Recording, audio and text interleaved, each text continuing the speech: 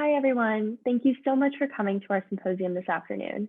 We're the Urban Built Environment team, and we're going to be talking about a new residential energy generation and distribution approach inspired by a concept called the energy demand vector, or the EDV.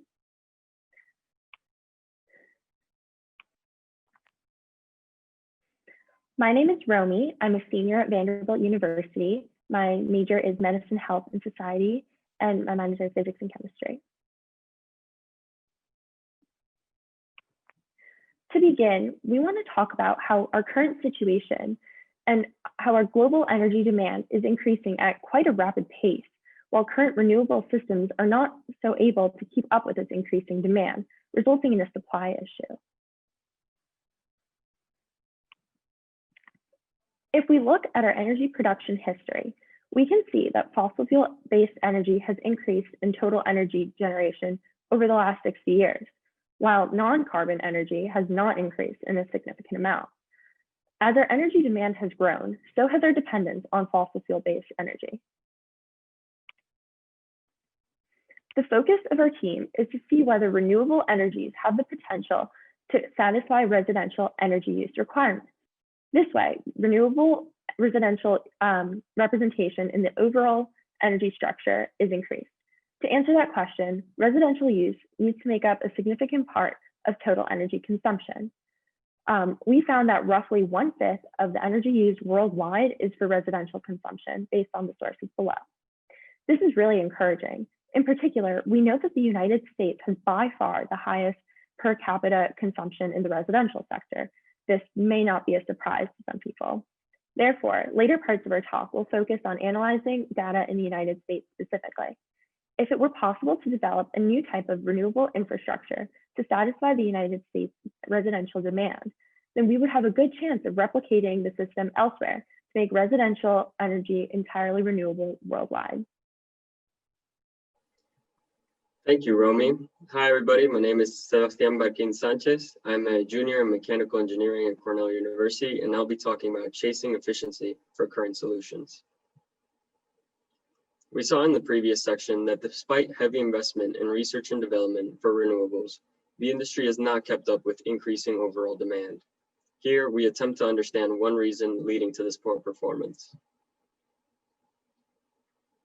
In response to increasing demand, academics and researchers have focused on improving the efficiency of energy conversion technologies.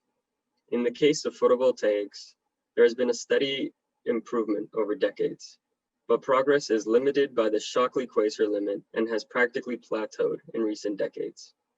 Efficiencies above about 30% require multi-junction cells that are difficult and expensive to fabricate, making scale-up very challenging. Pursuing efficiency improvement as a key strategy can therefore be one of several explanations of why the growth in solar photovoltaics and other renewables is slower than the net growth in energy demand. A similar plateauing is seen in the improvements of efficiency in the heat to electricity conversion process using steam turbines. There has been, and there still is, heavy R&D investment in the sector of fossil fuel power plants and their ailment. As you can see, over the past 50 years, there has only been a minimal increase, not even 5%. That's less than 1% every 10 years. These efficiencies have not been keeping up with the demands as aforementioned, and the trend suggests that investing in the improvement of these technologies isn't going to help solve the problem of higher energy demand.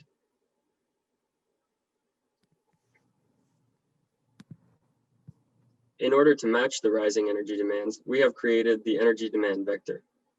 This vector views those inherent system inefficiencies as not lost product, but energy gain. Using that waste heat in different proportions for the areas that need it, we can shift the meaning of efficiency and provide the energy the world needs at a fraction of the original primary energy.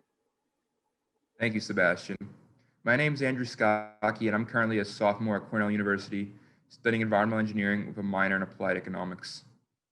So now that we understand the deficiencies of contemporary energy production, I will be highlighting an example of an EDV and how we can leverage this concept to help offset the growing energy production deficit mankind faces.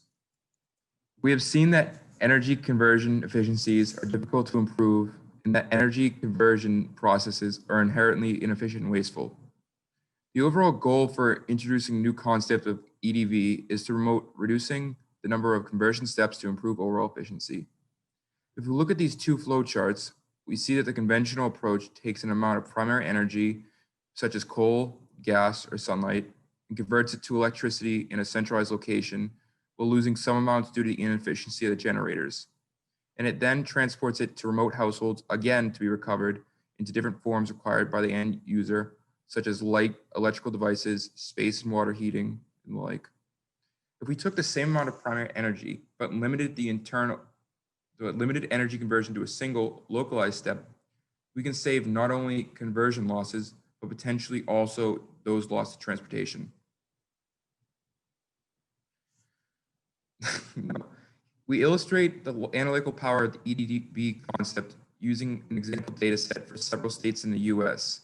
Each of these points represents average data from a state, with larger circles representing states with larger populations. The X and Y coordinates of a point, respectively, represent the per capita energy consumption for space heat and AC cooling. The color of the circles encoded the average winter temperature in that state. We can see a very clear correlation between the direction and magnitude of the energy demand vector with local climate conditions. Notice that the range of the two axes is different.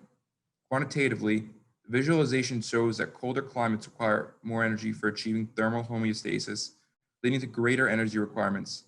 So the main takeaway from an energy generation point of view is that the EDV is a highly location specific, suggesting that distributed one-step energy conversion technologies need to be tailored to local needs for maximum efficiency.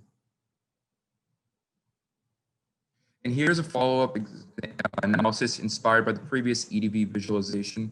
It reveals insights about the average temperature preferences of Americans. Here we plotted the same state's per capita AC cooling against summer average temperatures, but also plotted per capita heating against average winter temperatures. The y-axis is a fractional energy usage for each of these individually. Normalization may serve to control for economic and cultural disparities across locations. Linear fit to this data set intersects with the x-axis at about 20 degrees Celsius. At this ambient temperature, individuals devote less than 10% of their total residential consumption to thermal regulation, suggesting that the optimal temperature for Americans in the United States is around 20 degrees Celsius or 68 degrees Fahrenheit, confirming what was already assumed. Thank you, Drew. Now that we have illustrated the importance and power of the EDV concept using residential thermal regulation data, let's look at overall energy needs. My name is Gregory Pan. I'm a junior at Cornell University studying environment and sustainability. Here is a diagram showing total US residential energy consumption. The left side of the diagram flowing towards the center is our current generation and distribution of energy used for residential means. The overall height tells us how much primary energy is being consumed to produce the red portion, our national EDV. On the right, we have a smaller total primary energy source because we removed the remote conversion step, eliminating losses in that process, represented by the black bar at the bottom center. In this application of the EDV, we will be looking at making use of the abundant source of photon energy the sun provides, but the primary energy source for the EDV can in principle be anything. For this particular choice of primary renewable energy, how much photon energy would we need to satisfy the current EDV? Here we see the daily and yearly irradiation in kilowatt hours per square meter. In the US, we can roughly estimate an average of about 1,800 kilowatt hours per square meter. This tells us how much energy we get from the sun for a given size of land, and we can use that to find how much space we need. Let's recall the per capita yearly residential energy usage in the US of 19.31 megawatt hours. If we harness 60% of the energy of photons in electrical and thermal energy, we find that a US person would need about 240 square feet of open space to power their needs.